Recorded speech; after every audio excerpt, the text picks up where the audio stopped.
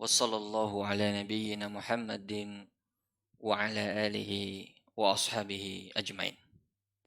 Ma'asyiral hadirin yang dirahmati Allah Subhanahu wa taala, kita bersyukur kepada Allah pada kesempatan yang mulia ini kita kembali bertemu untuk melanjutkan kajian kita yang beberapa waktu sempat terhenti karena ada udzur safar.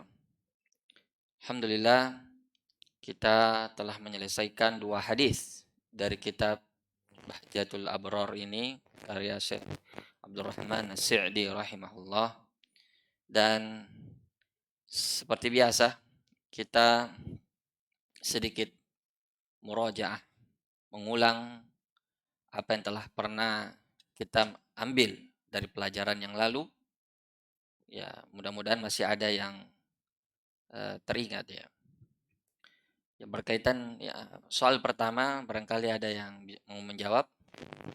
Sebutkan 2 hadis yang telah kita bahas pada pertemuan sebelumnya. Siapa yang bisa? Ya, silakan. Ya, silakan dijawab. Ya, waktu kita tidak lama. Ada yang bisa bantu? Kita tidak butuh ini. Waktu kita cukup singkat.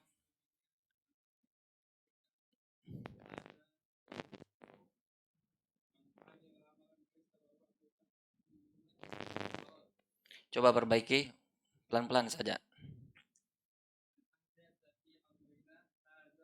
Pertama hadis innamal a'malu wa innama. Nah, sempurnakan hadisnya. Hafal hadisnya atau tidak hafal? Tidak hafal. Yang hafal, silakan.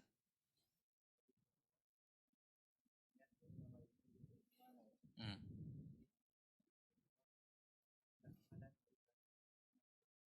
Nah, barakallahu fiik. Tal. Jazakallah khair. Pertanyaan berikutnya, pada hadis innamal a'malu binniyat, dalam penjelasan Syekh kita sudah membahasnya bahwa amalan manusia itu terbagi 2, amalan zahir dan amalan batin. Amalan zahir, hadisnya adalah hadis amalan zahir, amalan yang terlihat adalah hadis. Apa hadisnya? Apa punya hadisnya?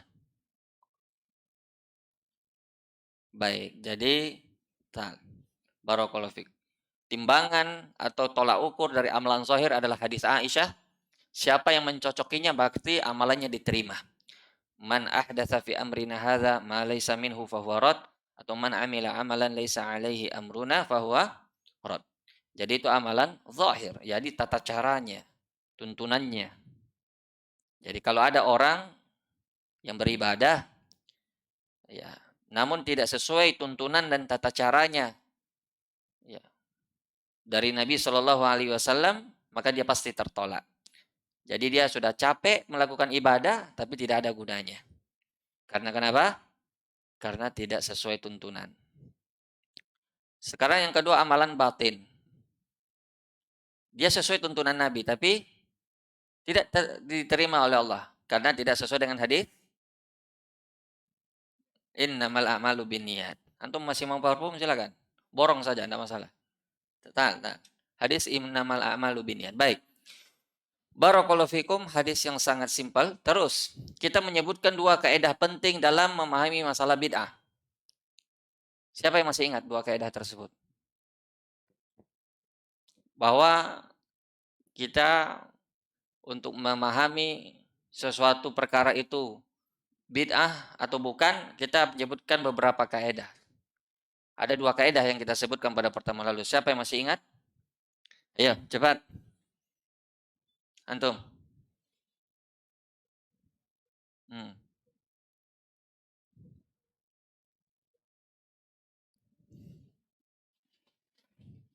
Hukum asal ibadah dilarang.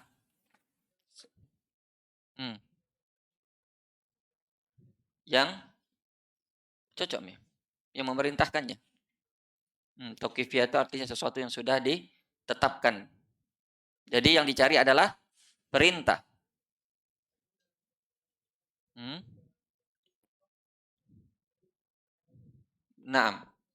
Jadi yang dicari dalam perkara dunia adalah larangan. Untuk mengeluarkan dari hukum asal, maka kita butuh dalil. Sedangkan hukum asal perkara dunia adalah mubah. Makanya jangan ada lagi bilang mikrofon bid'ah, HP bid'ah, Facebook bid'ah. Itu perkara apa itu?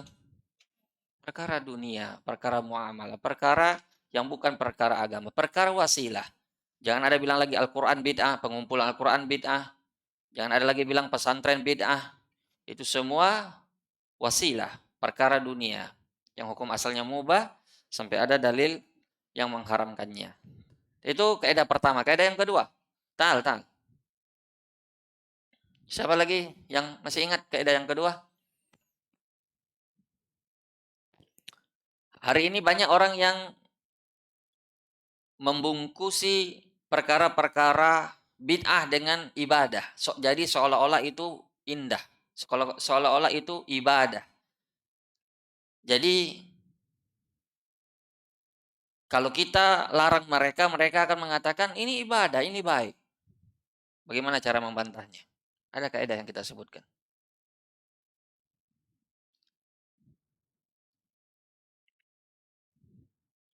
Maaf ya, Ana masih pakai kacamata, baru selesai operasi laser. Jadi agak masih silau cahayanya.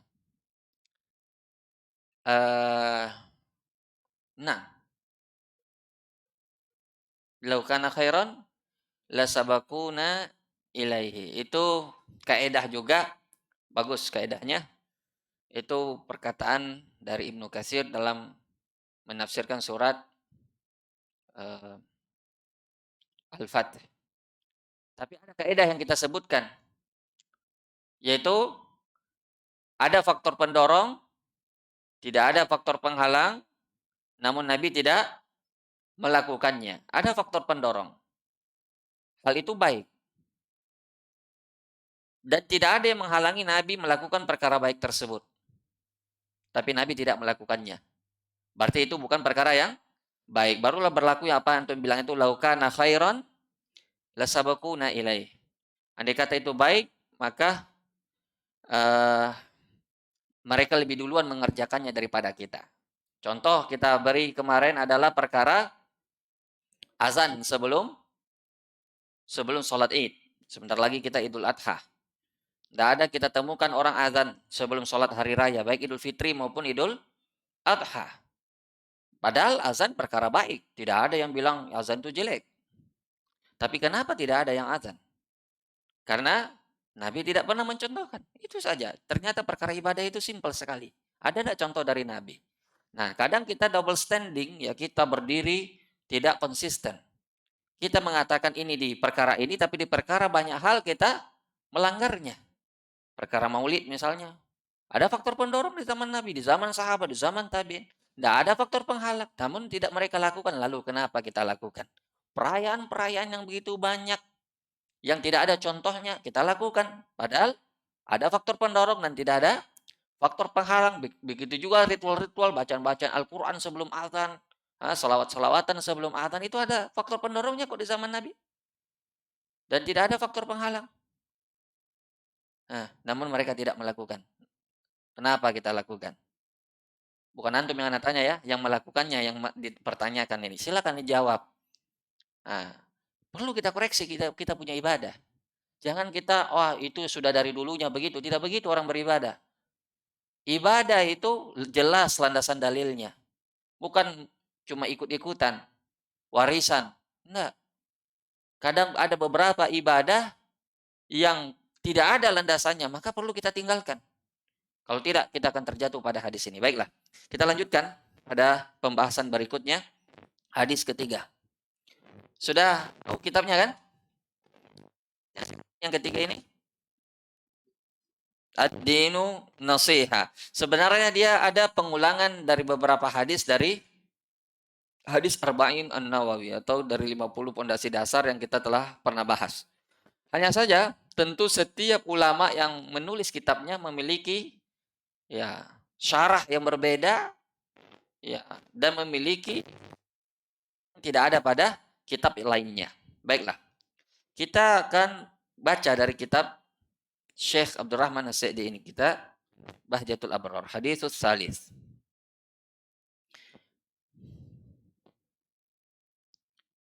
An Tamim ad-Dari qala Rasulullah sallallahu alaihi wasallam ad-dinun nasihah. Perhatikan di sini ad-dinu an-nasihah. Pakai alif lam an-nasihahnya. Mestinya kalau kita bilang ad-dinu nasihatun mubtada wa khabar. Tapi di sini ad-dinu an-nasihah. Siapa yang paham maknanya ini?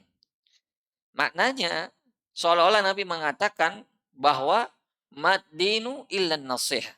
Artinya tidaklah agama itu kecuali nasihat. Jadi seolah-olah Nabi membatasi agama itu dengan nasihat. Ini sigatul khasar namanya. Seolah-olah Nabi mengatakan agama itu adalah nasihat. Nah, beliau mengulang ad-dinun nasihah, ad-dinun nasihah, ad-dinun nasihah. Ini namanya taukid lafzi, penekan secara lafaz. Ini banyak faedahnya. Di antaranya faedah taukid lafzi adalah satu, menunjukkan pentingnya sehingga diulang-ulang. Ya, yang kedua, supaya berkesan di hati pendengarnya sehingga perlu ditegaskan beberapa kali sehingga tidak gampang dilupa. Tiga, di antara faedahnya adalah uslubu ta'lim, ya, metode menarik perhatian orang yang diajar. Ada orang yang diajar pikirannya masih di mana? Maka untuk menarik perhatiannya tidak cukup sekali kita bilang itu. Tegaskan 2 sampai 3 kali. Sebagaimana Nabi mengatakan di hadis lain, la taqdab, la taqdab. Faraddada miraran, berulang-ulang beliau ulang. Jangan marah. Jangan marah. Jangan marah. Jangan marah.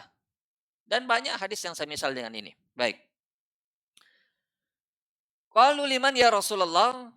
Para sahabat bertanya, bagi siapa nasihat tersebut? Ya Rasulullah.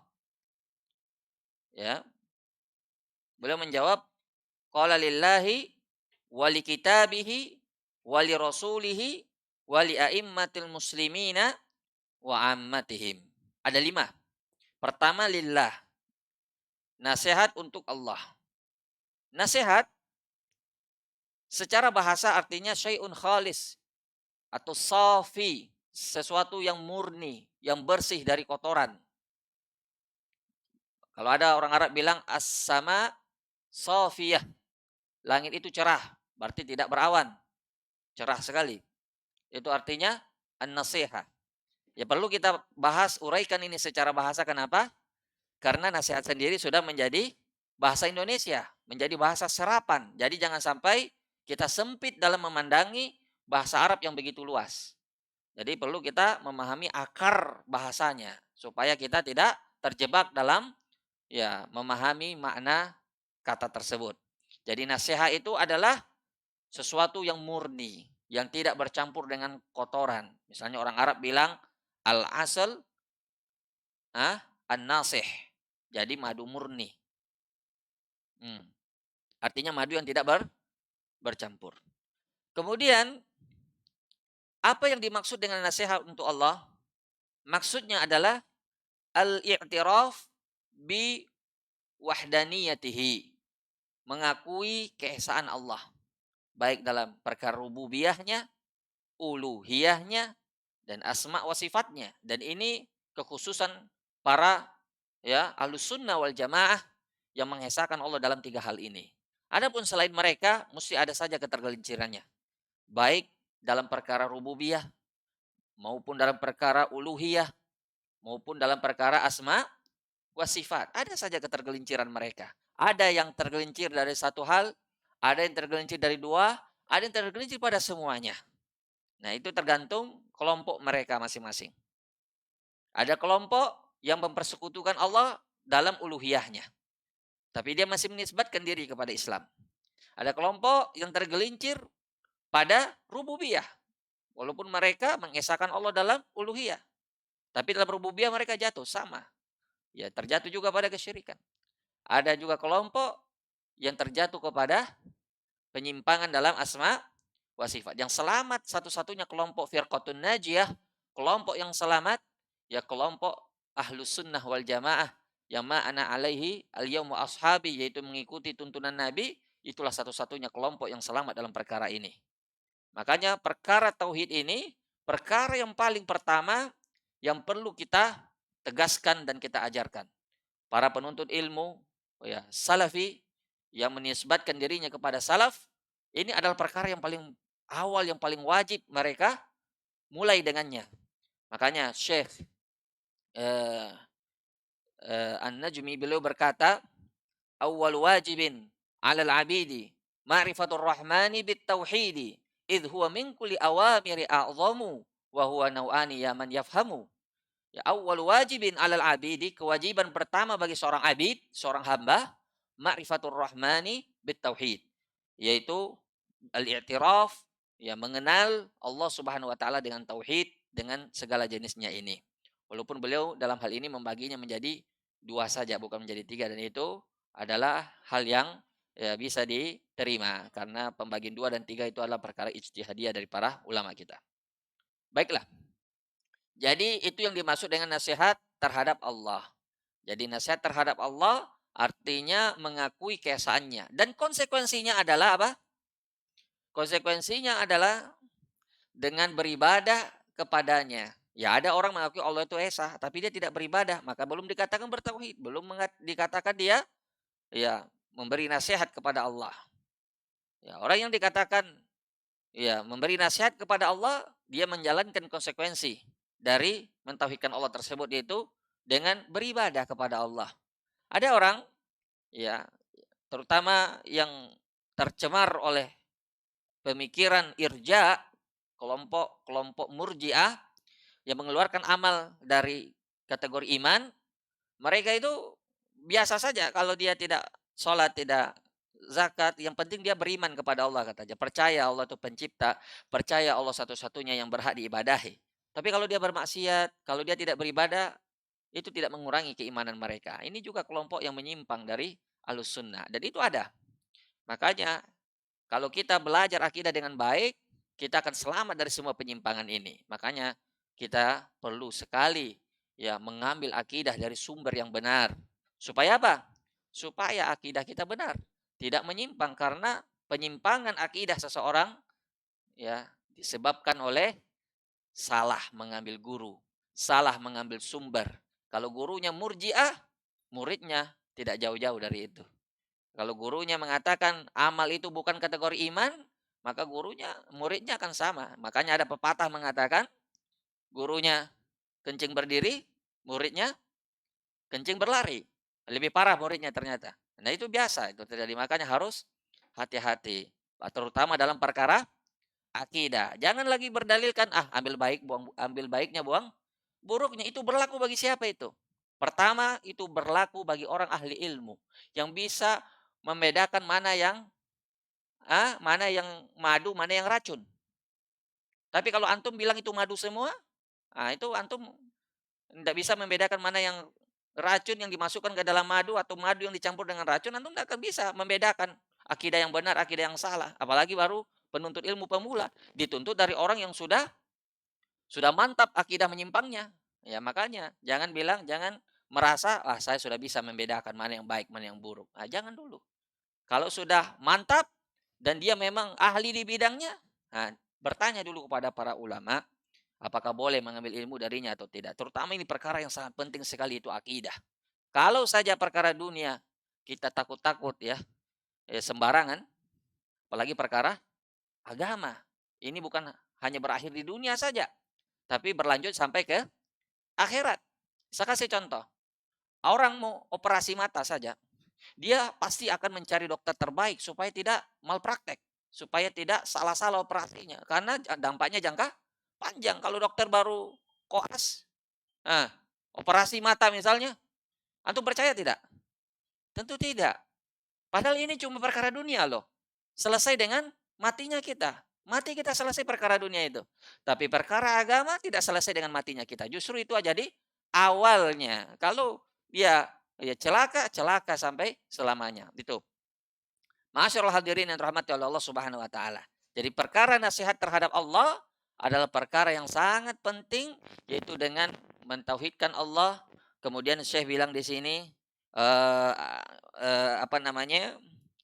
eh wal qiyam bi ubudiyyati zahiran wa batina, ya, mengikuti segala bentuk ibadah kepadanya baik secara zahir maupun secara batin, wal inabah ilaihi kulla waqt bil ubudiyyah, kembali kepadanya dengan beribadah kepadanya, wat talab raqabah wa rabah ma'at taubah, harap dan cemas kepadanya dengan taubat, wal istighfar daim, selalu beristighfar, li'anal abd la budda lahu minat taqsir fi syai'in min wajibatillah.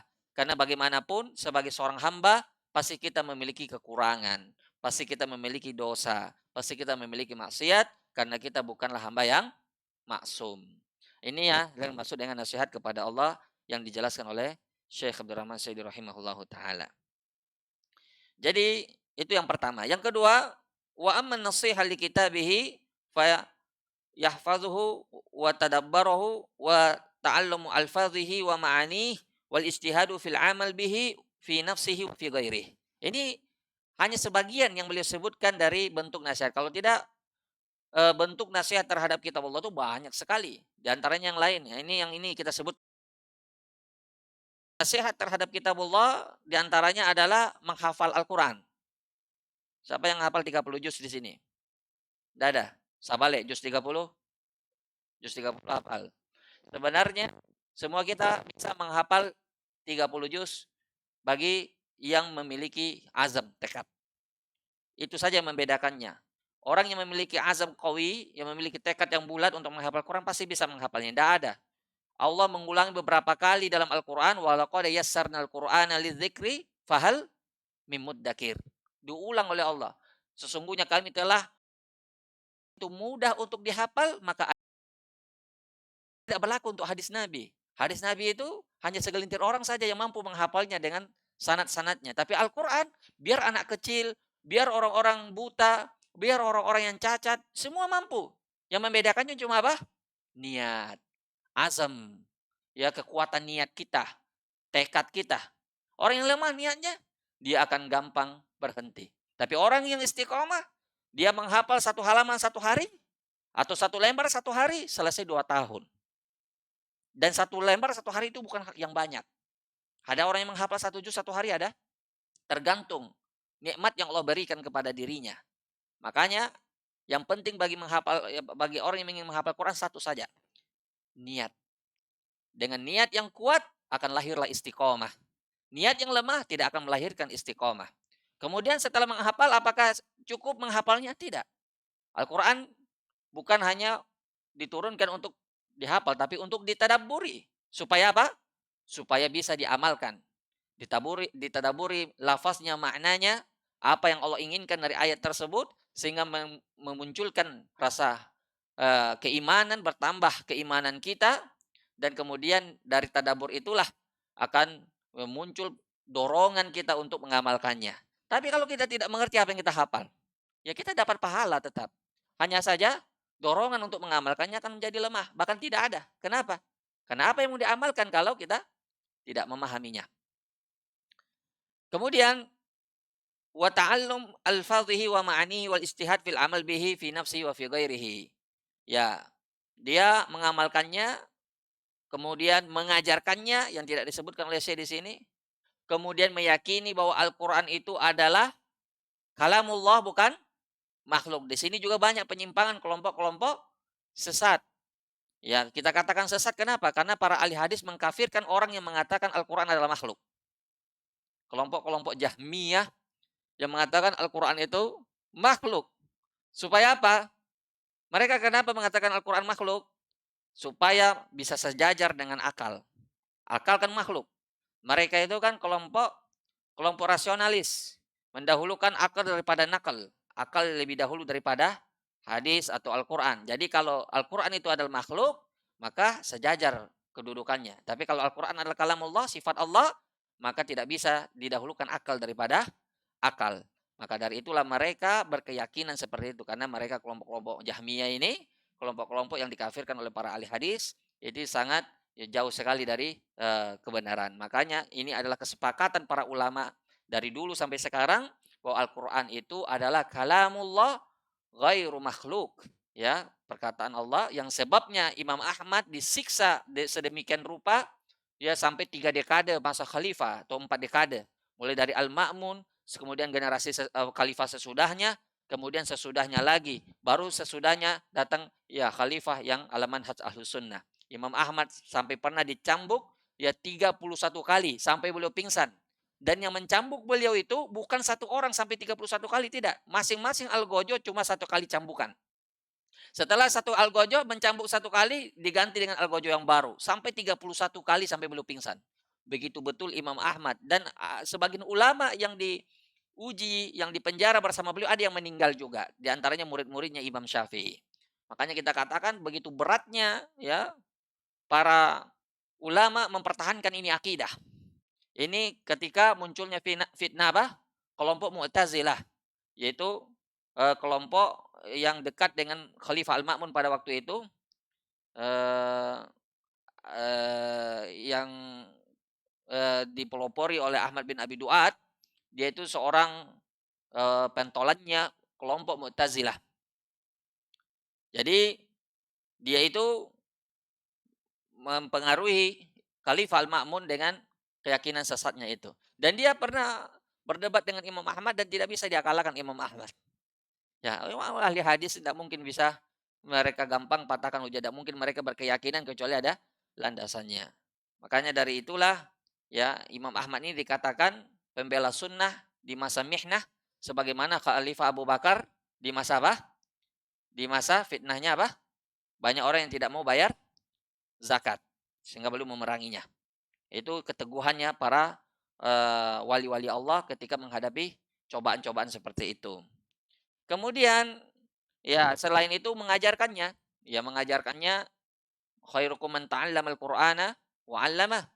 Ya, sebaik-baik kalian adalah orang yang mengajarkan Quran, ya, orang yang belajar Quran, kemudian dia mengajarkannya. Makanya dari itu jangan sampai ya kesempatan ini luput dari kita. Karena semua kita bisa menjadi pengajar Al-Quran. Minimal Al-Fatihah untuk anak kita. Ya, apalagi Al-Fatihah yang dia baca setiap sholatnya. Itu menjadi amal jariah bagi kita. Setiap Al-Fatihah yang dia baca di dalam sholatnya, itu mengalir pahalanya ke kita. Jangan sampai gurunya yang mengajarkan. Itu bagian ladang amal kita. Ini sekarang ini apalagi kita di kota ya karena kesibukan. Ya banyak orang tua itu lebih ya menitipkan anaknya semuanya diserahkan perkara agamanya kepada gurunya. Padahal ada hal-hal yang mesti dia sendiri yang mengajarkannya. Seperti bacaan Al-Fatihah, beberapa surat-surat pendek. Itu bisa diajarkan. Dan itu menjadi amal jariah sampai dia mati. Anaknya membaca itu dalam Al-Quran, dialah orang yang pertama yang mengajarkan kepada anaknya. Dan pahalanya tetap mengalir kepada dirinya. Walaupun sebagian ulama mengatakan, al-walad min kasbi abi, bahwa anak itu adalah bagian usaha orang tuanya, walaupun dia tidak mengajarkan tetap mengalir pahalanya. Kemudian yang ketiga yaitu an-nasihah rasul. Ya, beliau menyebutkan di sini iman bihi wa mahabbatihi wa taqdimi fima 'ala nafsi wal mal wal walad. Ya ini jelas ya.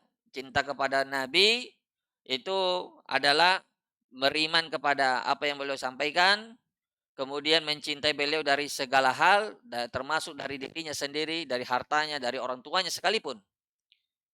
Kenapa kita harus lebih mencintai Nabi daripada orang tua kita sendiri? Siapa yang bisa jawab? Kenapa kita nah, harus mencintai Nabi melebihi diri kita sendiri, bahkan orang tua kita sendiri? Kalau orang tua kita sangat berjasa kepada kita. Bahkan dalam Al-Quran Allah kadang menggandengkan hak orang tua dengan hak dirinya. Wa qadha rabbuka alla ta'budu illa iyyahu wa bil walidaini ihsana. Allah gandengkan hak orang tua dengan hak Allah. Allah gandengkan antara hak dirinya dengan hak orang tua kita. Tapi dalam hal ini hak Rasulullah itu lebih muqaddam, lebih didahulukan daripada hak orang tua kita. Siapa yang bisa menjawab? Tidak ada. Ya sudahlah. Kalau dia bisa jawab PR ya. Nanti pertemuan berikutnya kita bahas karena ada perkataan yang bagus dari Al-Hafidz Ibnu Hajar tentang masalah ini. Silakan dicari. Ya. Kalau tidak ingin dilupa, buat tanda perkataan Hafiz Ibnu Hajar, kenapa hak Nabi lebih didahulukan daripada hak orang tua. Silakan nanti dicari sendiri. Baik. Kemudian ya takdimu qaulihi ya tidak mendahulukan perkataan siapapun dari perkataannya. Makanya para imam kita melarang kita untuk apa? Taklid buta. Semua dirujuk kembali kepada Nabi. Makanya Imam Syafi'i berkata, kalau kalian dapatkan perkataanku berbeda dengan perkataan Nabi, maka lemparkan perkataanku ke dinding. Kullu qaulin yuraddu wa yuqbal illa sahib hadzal kubur. Semua perkataan boleh diterima, boleh ditolak kecuali penghuni kuburan ini. Ini perkataannya siapa? Imam Malik rahimahullah. Ada lagi yang mengatakan apa namanya? Man istabana lahul haq la yahillu li ahadin man istabana lahul haq an yada'ahu liqauli ahad. Tidak boleh, tidak halal bagi seorang pun yang telah jelas baginya perkataan yang benar dari Nabi hanya gara-gara perkataan seorang pun. Perkataan siapa itu? Imam Syafi'i. Jadi Imam Syafi'i merujukkan kita kepada perkataannya siapa?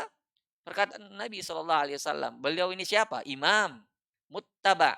Beliau orang yang diikuti. Tapi bersamaan dengan itu beliau melarang keras kita mengikuti perkataan beliau kalau bertentangan dengan hadis Nabi. Bahkan Imam Ahmad pernah mencela keras orang ahli hadis, para penuntut ilmu hadis yang mendahulukan perkataannya Sufyan Ats-Tsauri, mengatakan ini Amirul Mukminin fil hadis di zamannya. Ya. Bahkan di zamannya sahabat yang mendahulukan perkataan Umar dan Abu Bakar daripada perkataan Nabi. Siapa Abu Bakar? Siapa Umar? Umat terbaiknya umat ini, orang yang terbaiknya umat ini. Tapi bersamaan dengan itu, kalau ada hal yang bertentangan dengan yang disampaikan oleh Nabi, tidak boleh satupun ya didahulukan perkataan mereka. Nah, itulah bentuk ya nasihat terhadap Nabi SAW. Ini secara teori mudah diucapkan, tapi secara praktek banyak kita yang melanggarnya. Karena banyak di antara kita masih fanatik golongan. Masih kata ustadz saya begini, kata guru saya begini, kata kiai saya begini, ya kata tradisi saya begini, menurut perasaan saya begini, menurut mimpi saya begini. Banyak juga orang yang menjadikan mimpinya sebagai landasan hukum. Yaitu orang-orang yang selalu dibacakan dongeng-dongeng khurafat ya. Dongeng-dongeng sebelum tidur tapi dibacakan di pengajian. Itu kelompok-kelompok yang ya jauh dari kebenaran. Bahkan mereka itu tidak mengenal yang namanya sanad. Mereka langsung mendapatkan hadis lewat mimpi. Jadi bersambung sanadnya langsung kepada Nabi. Jadi lewat mimpi dia bertemu Nabi. Nauzubillah minad dolal. Nah, itulah kesesatan sebagian kelompok yang kita berlindung kepada Allah darinya. Baik. Masih ada waktu. Berapa menit lagi? Berapa menit lagi Isya? 14 menit lagi. Masih banyak. Berarti boleh Anda minum dulu ya. Ada pertanyaan sampai di sini? Kalau tidak ada pertanyaan, Anda yang mau bertanya. Silakan. Hmm.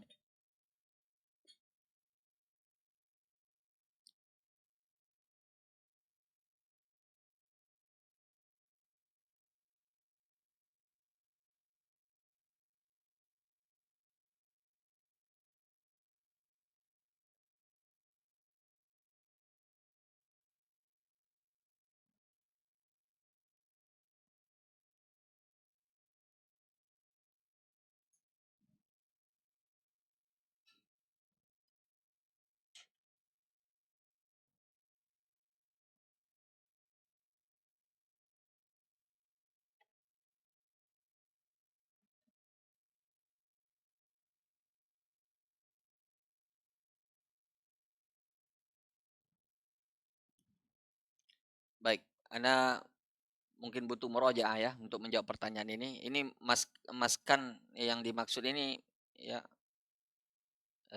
ana la yahdurunil an. Ya, insyaallah kita akan usahakan ya. Ana belum tahu ini jawabannya. Asbab ini Aisyah mengatakan man amila amalan laisa alaihi amruna fawarad terhadap permasalahan ini. Barakallahu fikum. Atau ada yang pernah dengar syarah dari para asatidz tentang hadis ini? Coba terjemahkan. Baca juga.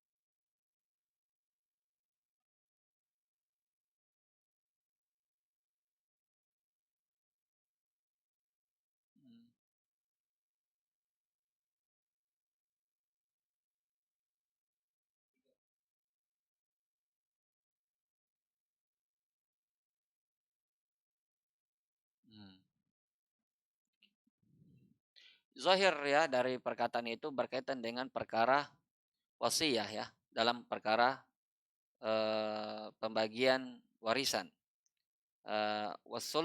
Wassulusu kasir ya. Maksimal orang boleh berwasiat dalam perkara warisan supaya tidak mengurangi jatah para ahli waris itu tidak boleh lebih dari sepertiga. Maka kalau masing-masing tempat itu diwasiatkan sepertiga itu mengurangi jatah dari para penerima warisan dan itu dilarang, itu kezaliman bagi yang penerima warisan. Maka tidak boleh orang mau meninggal dia berwasiat kepada orang lain yang bukan penerima harta warisan melebihi dari berapa? Sepertiga. Nah, kita lanjut. Yang terakhir itu sudah yang ketiga ya. Sebelum yang terakhir berarti yang keempat wa amman nasihatu li aimmatil muslimin wa hum wulatuhum. Minal imamil a'zam ila umara'il wal qudha ila jami'i man lahum wilayah amma aw khassah. Fa bi'tiqadi wilayatihim was-sam'i wat ta'a lahum wa hassan nas 'ala dzalik. Nah, ini agak sensitif juga masalahnya. Banyak sekali kelompok-kelompok haroki, kelompok-kelompok ya yang selalu menggembor-gemborkan fikih waqi'. Tahu fikih waqi'? Pernah dengar? Selalu kita ini yang belajar hadis, yang belajar fikih, dia bilang itu ulama haid dan nifas. Syekh bin Baz kadang malah Utsaimin dan ulama lainnya sering mereka lakopi dengan ulama haid dan nifas. Bahkan Syekh Fauzan juga sering juga pernah juga dibilang sebagai ulama pemerintah, ulama salatin. Pernah dengar? Nah, inilah penyebabnya. Mereka terjatuh dalam bab ini. Mereka terjatuh dalam bab ini. Bab ini sangat sensitif. Sangat detail dan hanya hidayah Allah lah yang bisa menyebabkan orang bisa menerima ini. Nasihat terhadap ulatul umur itu ada tuntunannya dalam agama kita yang sempurna ini. Makanya kalau ada orang yang menyelisih ijma, kesepakatan para ulama dalam bab ini, maka sudah dipastikan dia kelompok menyimpang, kelompok sesat. Karena dia menyelisih apa? Ijma, kesepakatan. Di antaranya apa? Di antaranya adalah kelompok-kelompok yang menasihati pemerintah tapi dengan cara yang tidak sesuai dengan syariat. Katanya menasihati pemerintah, tapi wallahu alam di balik tujuan dia menasihati tersebut. Karena ketika dia menasihati dengan cara mengumbar aibnya di depan umum, di mimbar-mimbar, di halakoh-halakoh, di kitab-kitab, di tulisannya Facebook, Twitter, itu apakah menurut antum itu nasihat atau itu celaan atau menjatuhkan wibawa pemerintah? Imam Syafi'i pernah berkata, kalau kamu ingin menasihati saya, jangan kamu nasihati saya di depan umum. Ambil saya, ya berduaan dengan saya, katakan kepada saya apa yang ingin kamu katakan. Tapi kalau kamu nasihati saya di depan umum, itu bukan nasihat, tapi itu adalah celaan. Jadi kadang orang tidak bisa bedakan mana yang nasihat, mana yang celaan. Itu yang pertama. Jadi caranya dulu harus diperhatikan. Kita bukan penjilat, ya kalau orang salah disenyumin aja, enggak. Kalau salah diaminin aja, kita tidak haram hukumnya. Kita membiarkan orang salah, kemudian kita mampu menasihatinya dan kita tidak menasihatinya. Tapi caranya itu yang membedakan Ahlus Sunnah dengan Ahlul Bidah. Ahlus Sunnah di antara nasihat mereka terhadap pemimpin mereka satu, mendoakan kebaikan bagi pemerintahnya. Itu yang paling pertama itu di antara tanda yang paling menonjol di antara tandanya Ahlus Sunnah yang membedakannya dengan kelompok-kelompok haroki yang lainnya adalah mendoakan kebaikan bagi pemerintahnya. Kalau yang lain, mereka itu biasa mencela. Ya, apa mau didoakan? Mereka saja ya setiap saat mencela pemimpinnya. Bahkan Imam Ahmad berkata atau yang lainnya atau Abdullah bin Mubarak berkata, andai kata saya memiliki satu dakwah yang mustajabah, satu doa yang mustajab, saya akan peruntukkan itu untuk lidhi sultan, untuk pemimpin. Kenapa? Kalau dia baik, seluruh masyarakatnya ikut baik. Bayangkan kalau ada satu saja doa yang dia tahu itu adalah mustajab, dia bukan untuk dirinya, bukan untuk keluarganya, bukan untuk pengikutnya, tapi untuk pemimpinnya. Karena kalau pemimpinnya baik, maslahatnya untuk umum. Beda dengan orang yang tidak paham bab ini, mereka justru apa? Ya, keluar dari lisan-lisannya hanya celaan, kritikan, ya menjatuhkan martabat pemimpinnya. Ya, ini bukan nasihat namanya bagi pemimpinnya. Itu satu. Di antara tanda yang paling menonjol lagi, ya, di antara tanda Ahlus Sunnah wal Jamaah dalam bab ini, mereka itu ya menasihati pemimpinnya secara sembunyi-sembunyi, bukan terang-terangan. Ini seperti yang dilakukan oleh eh,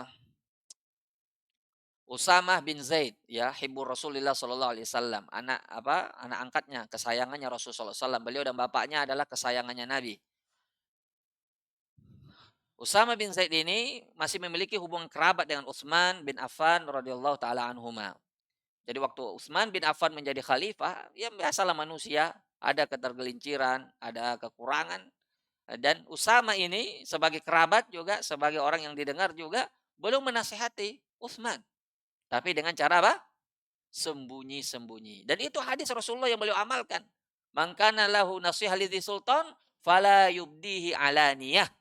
Jangan dia tampakkan terangan bagi siapa yang memiliki nasihat bagi pemerintahnya, pemimpinnya, maka jangan dia nasihati secara terang-terangan. Nasihat ambil tangannya, nasihati secara sembunyi-sembunyi. Jika dia terima itulah yang diharapkan. Kalau dia tidak menerima maka dia telah menunaikan apa? Kewajibannya. Itu tuntunan Nabi. Nah, orang sekarang hanya bermodalkan semangat, modalkan emosi, menggebu-gebu di atas mimbar. Itu sudah ketahuan itu. Untuk mengecek dai yang benar-betul di atas manhaj salaf dengan yang bukan manhaj salaf, ini adalah poin yang paling penting ini. Kalau antum mau tahu. Bahkan di antara saya katakan tadi itu adalah ijma'nya para sahabat, di antara contoh yang paling zahir, yang paling nampak jelas adalah apa yang dicontohkan oleh Ibnu Umar dan sahabat yang lainnya ketika pemimpinnya siapa? Ah, Abu bin Yusuf as Hajjaj bin Yusuf as-Saqafi. Hajjaj bin Yusuf ini ada seorang pemimpin yang zalim, panglima yang zalim, yang membunuh sebagian sahabat, membunuh para ulama tabi'in. Tidak ada yang dicatat dalam sejarah pemimpin yang lebih zalim daripada dia dalam sejarah Islam. Tapi bersamaan dengan itu, dia berhasil menguasai ya pemerintahan dan sebagian sahabat pun masih sholat di belakangnya. Ini menunjukkan apa? Menunjukkan irtikab akhaf dororoin. Yang memilih ke kerusakan yang lebih ringan. Kalau ada dua kerusakan, ya maka dicari kerusakan yang lebih ringannya. Kalau kita memberontak, otomatis kita yang akan lebih rusak. Makanya itu yang terjadi di negara-negara yang banyak orang-orang harokinya yang mempropaganda rakyatnya untuk melawan pemerintah. Apa yang terjadi? Antum bisa lihat sendiri. Makanya manhaj yang paling selamat, manhaj yang paling jauh pemandangannya adalah manhajnya Ahlus Sunnah wal Jamaah.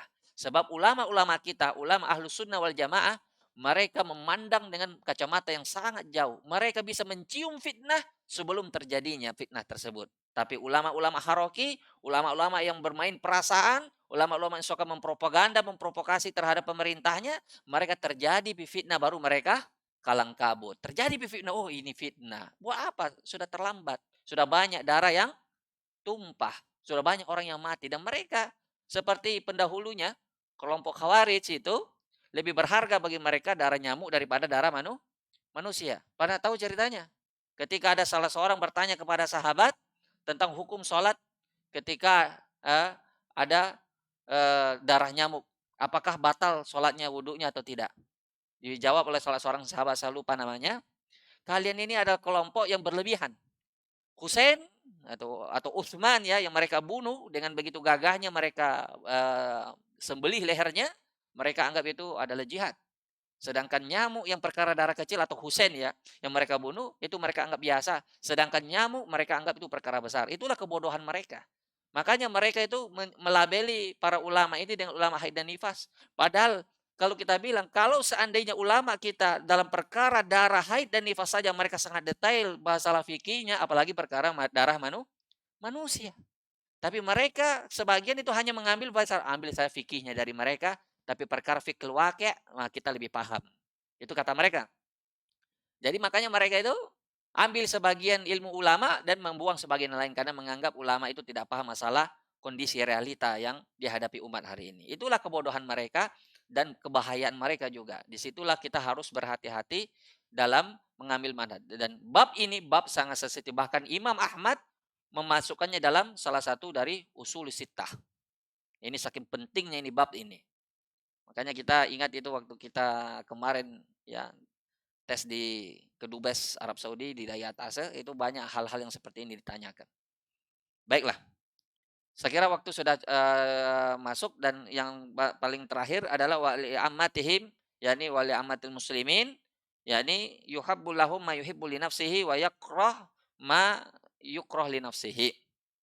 Ya, dia mencintai apa yang untuk saudaranya, apa yang dicintai untuk dirinya, dan dia membenci untuk saudaranya apa yang dia benci untuk dirinya. Maka kalau ada teman yang mengajak kita kepada kebaikan, maka itu adalah teman yang sebenarnya, karena dia mencintai kebaikan untuk kita.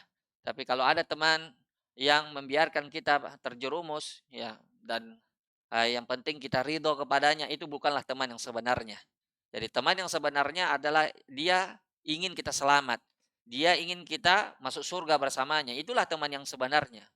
Nah, apa yang dicintai untuk dirinya, dia cintai untuk saudaranya. Sebagian kita bermujamalah. Bermujamalah. Tahu bermujamalah? Tahu? Mujamalah itu artinya apa? Bermuka dua atau bermuka banyak lah. Kadang orang lebih dari dua mukanya. Dia menampakkan seolah-olah mencari ridho setiap orang supaya dia diterima dari kalangan manapun. Dia tidak berani untuk menasihati, oh ini salah, ini tidak boleh, oh ini kamu keliru. Tidak berani dia, kenapa? Takut nanti tidak diterima, takut nanti dimusuhi. Ini bukanlah teman yang baik. Ini jatuh pada bab ini. Ya, nasihat itu dia murni, ya, tidak ada embel tendensi apapun. Dia murni mengajak saudaranya, dan dia tidak ada tendensi duniawinya, betul-betul murni mengajaknya kepada kebenaran. Ya, itulah diantara ya nasihat dari hadis ini. Kalau tidak, maka penjelasannya akan lebih panjang daripada ini. Tapi ini insya Allah sudah mencukupi. Wallahu ta'ala a'lam. Silakan kalau ada yang bertanya. Kalau tidak, kita sudah selesai. Waktu sudah masuk? Masuk. Ya, silakan azan dulu. Kalau kita, ya silakan muadzin.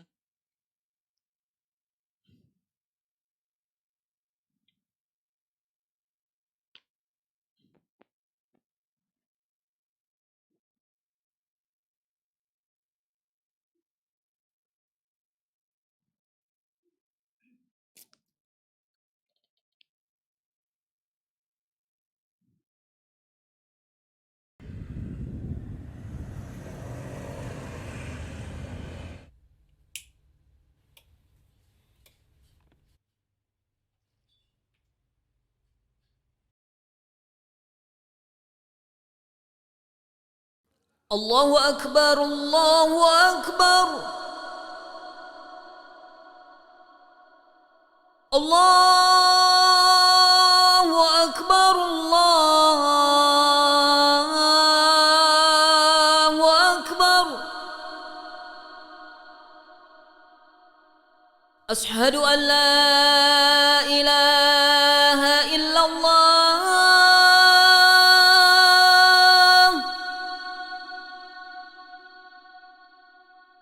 أشهد أن لا إله إلا الله.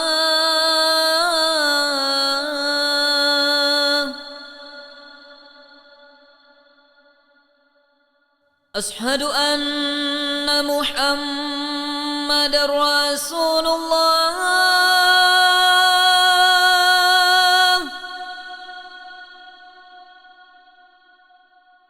أشهد أن محمد رسول الله.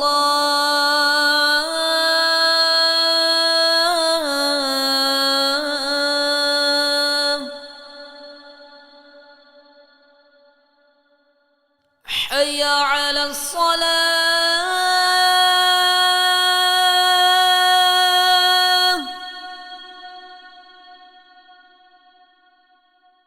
حي على الصلاة.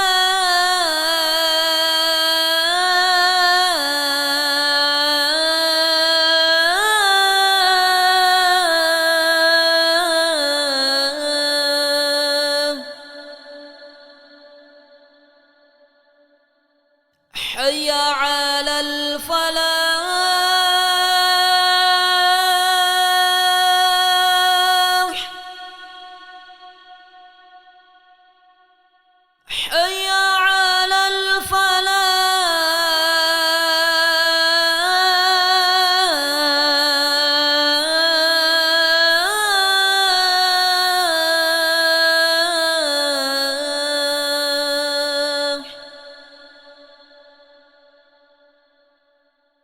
الله أكبر الله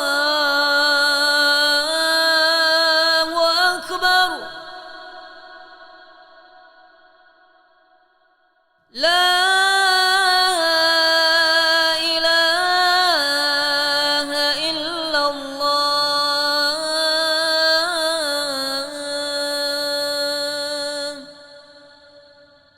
Akal yang mencerna. Itu kuncinya ilmu itu. Kalau tidak bertanya dan terhadap perkara yang rumit atau perkara yang kita tidak pahami, itu akan menjadi masalah bagi kita karena ya tidak menambah kita punya ilmu ya. Akan stagnan dia.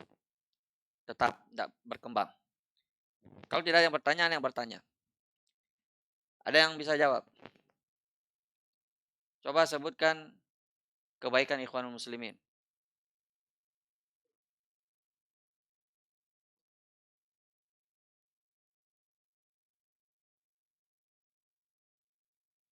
Kenapa tidak ada yang berani jawab? Atau tidak ada yang tahu jawabannya? Atau memang tidak ada kebaikannya? Antum tidak boleh menzalimi orang ya. Walaupun antum tidak suka terhadap sesuatu, ya jangan sampai antum tidak berlaku adil. Wala yajrimannakum syana'anu qaumin wala yajrimannakum syana'anu qaumin al-masjidil harami an tatadu wala ta'awanu 'alal ismi.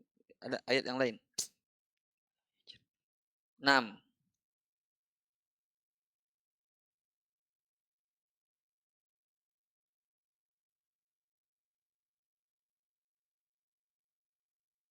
Wala yajrimannakum syana'anu qaumin an ta'tadu. Jangan menyebabkan ketidaksenanganmu terhadap suatu kaum membuat kamu melampaui batas. Sekarang pertanyaannya, sebutkan satu kebaikan kelompok-kelompok orang yang kita sebut tadi. Ada? Satu mau, karena satu di parfumnya. Tidak ada? Tidak apa-apa, ini kajian ilmiah kok. Kalau kita dituntut nanti, kita tidak bicara macam-macam. Ada anda kebaikan yang bisa disebutkan dari kelompok ikhwanah, ikhwanal muslimin. Ada enggak? Silakan.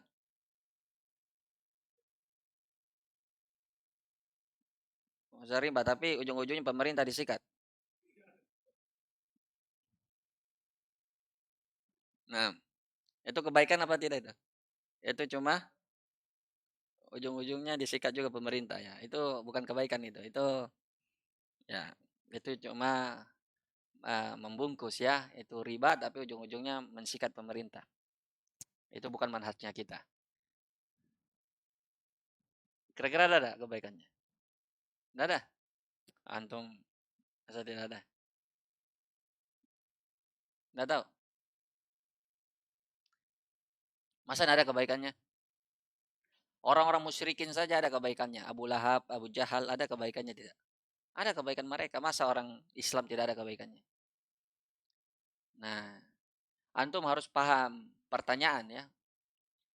Kalau ditanyakan kebaikan pasti ada kebaikan. Siapapun dia, bahkan orang paling jahat sekalipun pasti ada kebaikannya. Firaun sekalipun ada enggak kebaikannya?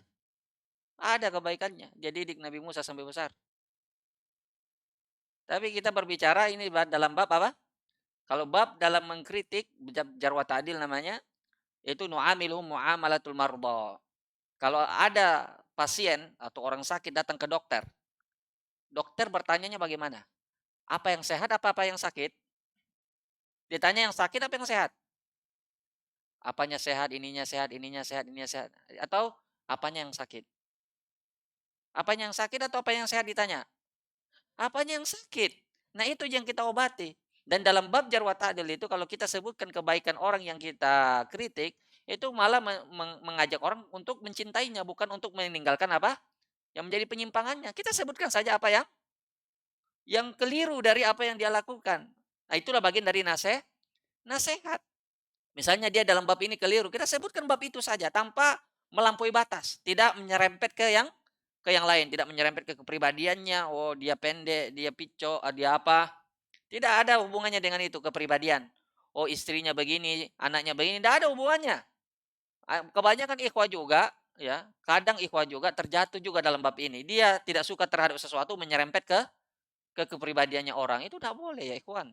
Bab ini bab yang sangat sangat berbahaya. Kalau orang tidak ahli di dalam bab ini atau orang yang ya asal-asalan bab ini jatuhnya kepada ghibah dan namimah jatuhnya. Makanya antum harus siapkan hujah di hadapan Allah nanti setiap orang yang antum sebut itu. Jadi tidak sembarangan, wah ini jadi bukan untuk berlezat-lezat kita menceritakan apa? Kekurangan itu bukan, untuk murni nasihat. Oh ini bab ini, hati-hati kamu dari ini, pemikirannya seperti ini. Ya cukup sampai di situ saja. Jangan menyerempet lagi ke pribadian. Oh dia itu oh, apa disebut aib pribadinya, enggak boleh. Nah, itu yang perlu diingatkan. Itu maksud anak tadi menceritakan ini. Tapi kalau bicara kebaikan, kebaikan semua orang memiliki kebaikan termasuk ikhwan muslimin mereka banyak kebaikannya. Tapi dalam bab jar wa ta'dil anak ajarkan antum itu kaidahnya itu yang diajarkan oleh para ulama kita. Ya, kebaikan mereka tidak menghalangi kita untuk menyebutkan apa? Kesalahan mereka. Untuk mengingatkan umat dari ketergelinciran tersebut. Itu yang kita yakini. Baik. Dan ada pertanyaan yang lain. Masih ada 5 menit.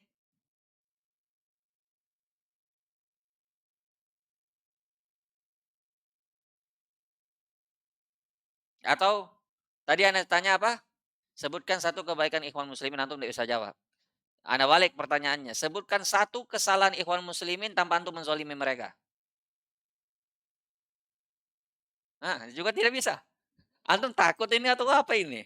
Ini bab ilmiah ya ikhwan. Biasa aja. Kita bertanggung jawab terhadap bab ini karena kita berbicara secara ilmiah. Hmm. Hah?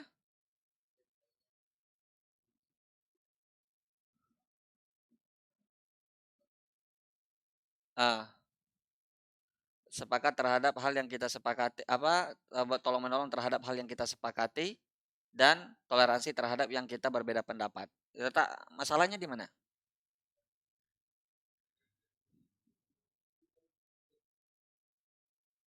Artinya mereka tidak amar ma'ruf nahi mungkar. Antum bertanggung jawab itu atas kalau ada yang protes nanti kami amar ma'ruf nahi mungkar. Kenapa antum bilang kami tidak amar ma'ruf nahi mungkar? Antum siap tanggung jawab? Siap. Berarti antum tidak menzalimi mereka ya. Sudah benar itu. Kalau ada yang menyelisih kaidah ini itu hanya segelintir orang ya, tapi mereka pada umumnya berjalan di atas kaidah ini. Berarti kalau ada yang menyelisih ini kaidah mungkin orang-orang baru. Kalau orang-orang yang sudah paham, ya ini kaidah mereka yang sudah lama. Silakan, tafadhol. Baik, naktafi bihadzal qadar. Subhanallahi bihamdik, asyhadu an la ilaha illa anta astaghfiruka wa atubu ilaik. Assalamualaikum warahmatullahi wabarakatuh.